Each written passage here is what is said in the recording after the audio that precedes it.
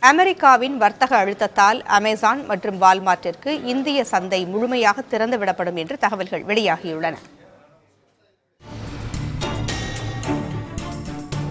இந்தியாவின் இ-காமர்ஸ் சந்தை மதிப்பு $125 பில்லியன்.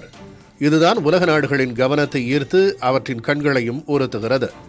இணைய வழியில் பொருட்களை விற்பனை செய்யும் இ-காமர்ஸ் சந்தையில் உலகளவில் கோலோச்சும் நிறுவனங்கள் அமெரிக்காவின் அமேசான் மற்றும் வால்மார்ட்.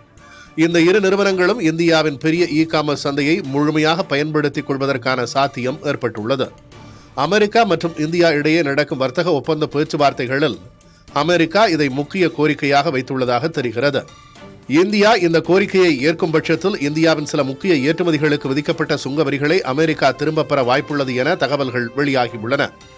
தற்போதைய விதிமுறைகளின்படி வெளிநாட்டு இ-காமர்ஸ் நிறுவனங்கள் இந்தியாவில் நேரடியாக வாடிக்கையாளர்களுக்கு பொருட்களை விற்க முடியாது. அவை சார்பு நிறுவனங்களின் மூலமாகவே விற்பனை செய்ய அனுமதிக்கப்படுகின்றன.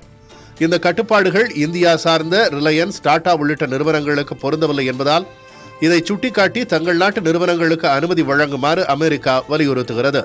நேரடி விற்பனை உரிமையை அமேசான், வால்மார்ட் நிறுவனங்கள் பெறும் பட்சத்தில் பெரும் வணிகத்தை மேற்கொள்ள முடியும்.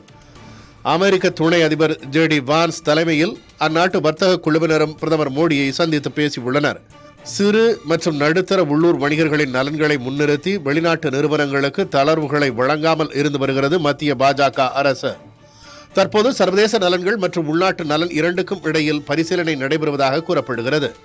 மத்திய அரசு எடுக்கப் போகும் முடிவு எதிர்காலத்தில் இந்தியாவின் இ-காமர்ஸ் மற்றும் சர்வதேச வர்த்தகத் துறையில் மிக முக்கிய திருப்பு முனையாக அமையும் என்பதால் உலகம் இதனை உற்று நோக்குகிறது. புதிய தலைமுறைக்காக GS பாலமுருகன்.